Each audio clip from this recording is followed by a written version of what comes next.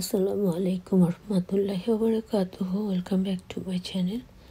আশা করছি যে যেখানে আছো মহান আল্লাহ পাকের অশেষ কৃপায় ভালো আছো। আজকে এই কথাটা দিয়ে ভিডিও শুরু করি, তারপর দেখা যাক ভিডিও তার কি অ্যাড করতে পারি। কথাটা এমন একটা কথা, মনে হয় কোনো সন্তান তার মাকে গভীরভাবে উপলব্ধি করে তার মায়ের জীবনের কষ্টের সত্যতাটুকু এখানে ফুটিয়ে তুলতে চেয়েছেন। হ্যাটসঅ্যাপ সেই সব সন্তানকে। আপনি যদি আমাকে আমার মায়ের সম্পর্কে জিজ্ঞাসা করেন, আমি বলবো সে সুন্দর এবং মজার। কিন্তু আপনি যদি আমাকে আরও গভীরে জিজ্ঞেস করেন, আমি কাঁদবো এবং আপনাকে বলবো যে সে অনেক কষ্ট করেছে।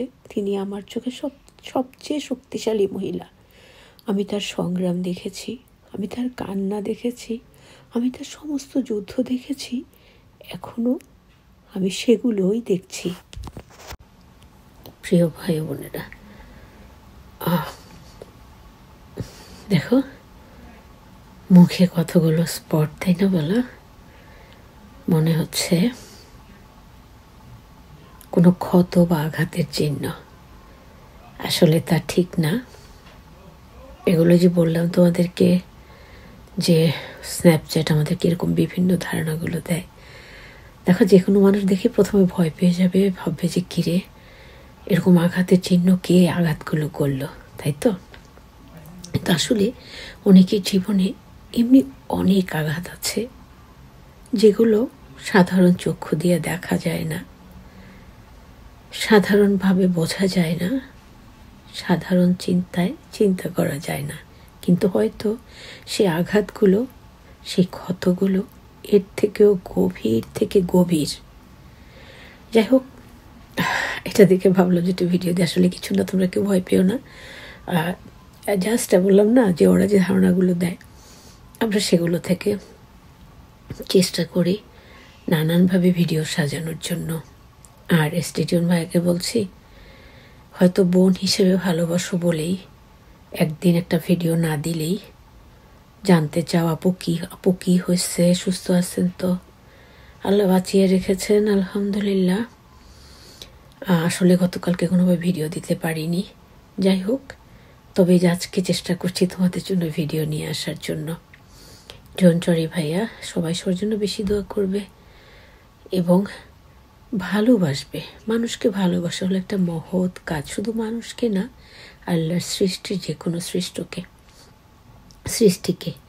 আর সে সাথে আরও একটা কথা বলি, অনেকেই বলে, অনেক আপনজনরাও বলেন, যারা খুব রাগ করতে পারে তারা নাকি নিখুঁতভাবে ভালোবাসতে পারে। আমি এটাকে নাউজুবিল্লাহ বলবো এই জন্য, যেখানে আমাদের সৃষ্টিকর্তা আল্লাহ রাব্বুল আলামিন এবং আমাদের প্রিয়ারে নবী দুজনেই রাগ, অহংকার, জেদ এগুলোকে খুব ঘৃণার চোখে দেখতেন। তাই বলছি, আমরা শান্ত থাকবো এবং সেটা ভালো পথে শান্ত থাকার চেষ্টা করব। আল্লাহ পাক আমাদেরকে সহি বুঝ দান করুন, আমিন সুম্মা আমিন। তোমরা সবাই জানো আমার ভিডিওতে নানা রঙের ভিডিও থাকে, তোমরা পছন্দ করো। দ্যাটস ওয়াই থ্যাংক ইউ সবার জন্য। আমারও ভালো লাগে। এই মুহূর্তে চমৎকার একটা টাচিং সং আমি তোমাদের সাথে শেয়ার করার চেষ্টা করব।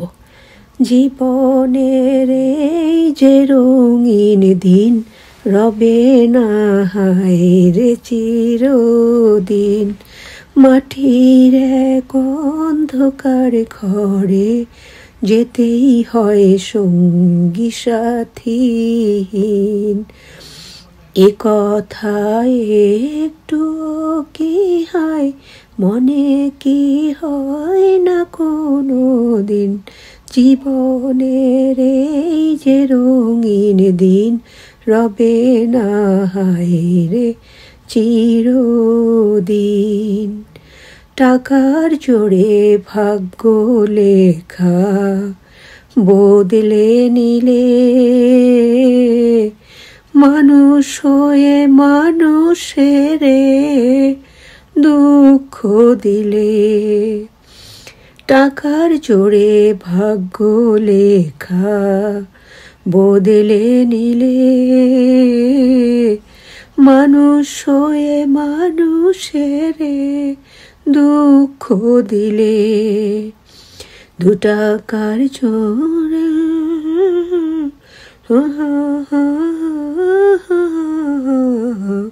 মাটির এক অন্ধকার ঘরে যেতেই হয় সঙ্গী সাথীহীন।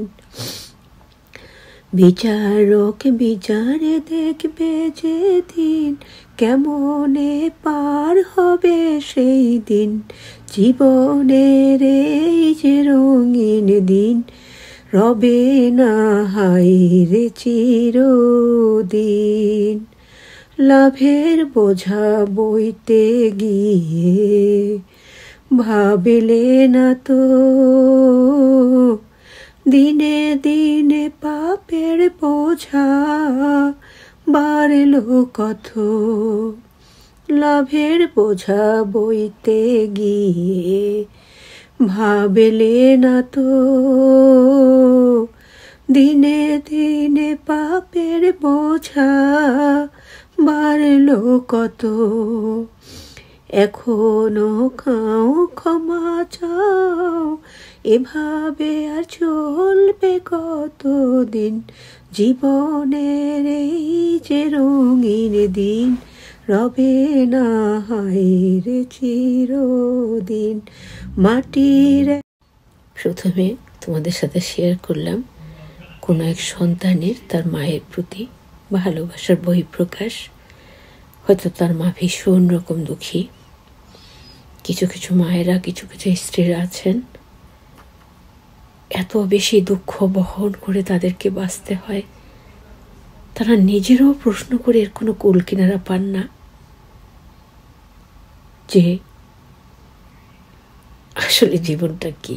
যাই হোক, তারপরে শেয়ার করলাম তোমাদের সাথে একটা সুন্দর বাস্তবসম্মত একটা গান। যারা আমরা অনেক বেশি বাড়াবাড়ি করি তাদের জন্য এ ধরনের গানগুলো, ভালো কথাগুলো আল্লাহ যদি চায় শিক্ষণীয় কিছু হতে পারে।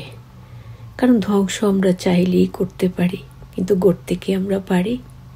তোমরাই বলো। যা কিছু করতে পারি সেটা যদি আল্লাহ রাব্বুল আলামিন আমাদেরকে তৌফিক দেন গড়ার জন্য, তবে আমরা গড়তে সক্ষম হই। কিন্তু কোনো জীবন আমরা কখনো দান করতে পারি না। এটা একমাত্র আল্লাহ পাকের কারিশমা। মানুষ আল্লাহ পাকের হুকুমে এখন কত কিছু করতে শিখেছে, বানাতে শিখেছে, কত বৈজ্ঞানিক মানে সব কিছু চিন্তা ভাবনা করলে অনেক উন্নতি হয়েছে, কিন্তু কেউ কি জীবন দান করতে পেরেছে? না, পারা সম্ভব। তাই আমরা নিজেরাও ইনশাল্লাহ সবসময় ভালো পথে থাকার চেষ্টা করব। মানুষকে হয়রানি থেকে, মানুষকে কষ্ট দেয়া থেকে, মানুষকে ব্যথা দেয়া থেকে, মানুষের উপর অত্যাচার করা থেকে আমরা সবসময় বিরত থাকার চেষ্টা করব এবং অপরের কাছ থেকেও আমরা এই সহানুভূতিমূলক কাজগুলো আশা করব।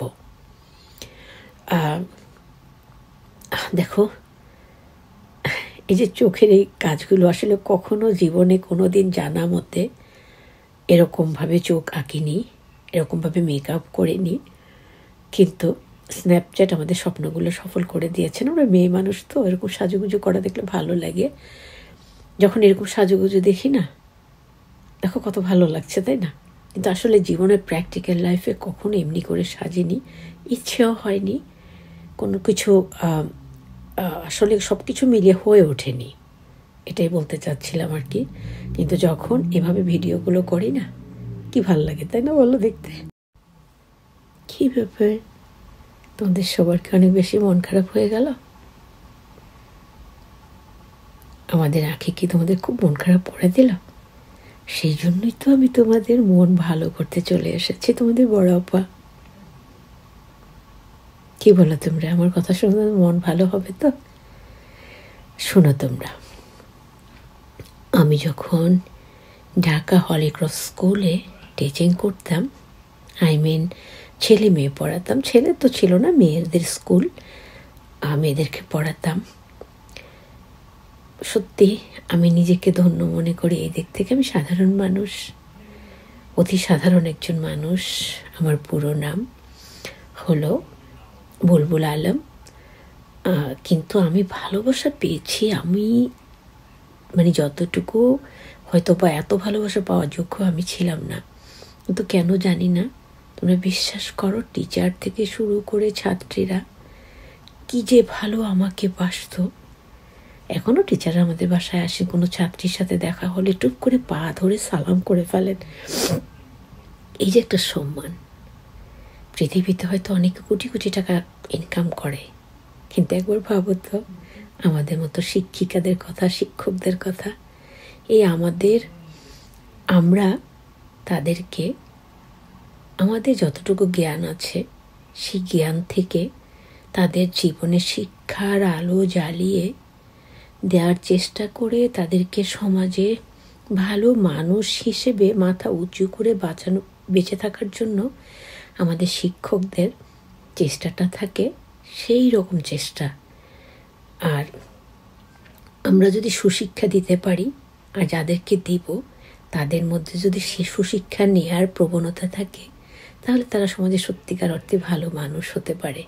এই দিক দিয়ে চিন্তা করতে গেলে আমি তোমাদের আপা, সত্যি আমি গর্বিত, আমি আনন্দিত, আমি তৃপ্ত। কারণ জানো তো তোমরা, আমার অনেক ছাত্রীরা আছেন মন্ত্রী হয়েছেন, অনেক ছাত্রীরা আছেন আমার অনেক ছাত্রীরা আছেন যে মন্ত্রী বা বিভিন্ন বড় বড় পদে আছেন, কিন্তু যখন তাদের সাথে দেখা হয়, আমার মতো একটা সাধারণ মানুষের কাছে যখন তারা পা ছুঁয়ে সালাম করে, তখন মনে হয় এই যে ভালোবাসাগুলো, এই ভালোবাসাগুলোকে আমরা মানে ধন সম্পদ অর্থ গহনা দিয়ে কখনো কিনে নিতে পারবো না। কিন্তু এদিক থেকে আমি নিজেকে মনে করি যে আমার জীবনটা ধন্য। আমি একজন শিক্ষকতার কাজ করতে পেরেছি এবং কিছুটা হলেও আমি মানুষের মধ্যে শিক্ষার আলো ছড়িয়ে দিতে পেরেছি।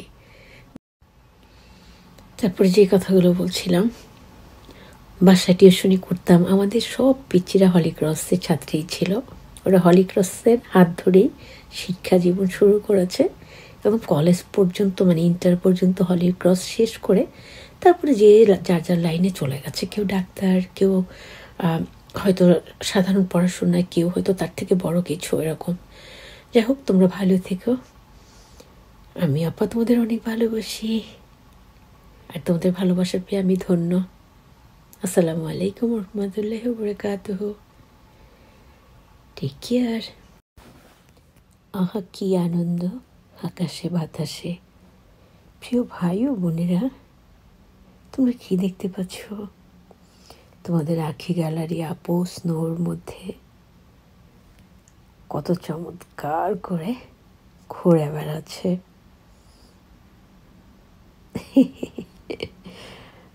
কি মজা না? এমনি করে ঘুরতে পারলে খুব মজা হয়। আর দেখো, স্নো একদম গাছি পর্যন্ত স্নোতে সাদা হয়ে আছে, দেখতে ভীষণ সুন্দর লাগছে। আমি তো বলবো অ্যামাজিং, সুবহানাল্লাহ। কি চমৎকার প্রকৃতি, তাই না বলো?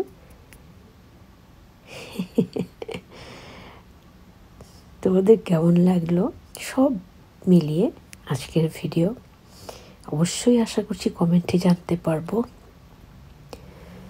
সবার জন্য অনেক ভালোবাসা, অনেক দোয়া, অনেক শুভকামনা। শীতের আমেজে শীতের পিঠা খাওয়ার ধুম পড়ে যাক সর্বত্র, এমনটাই চাই। সবার মনে আনন্দ থাকুক সৎ সুন্দর হয়েতে। তাহলে আজকে এই পর্যন্তই থাক। আসসালামু আলাইকুম রহমতুল্লাহি ওয়া বারাকাতুহু।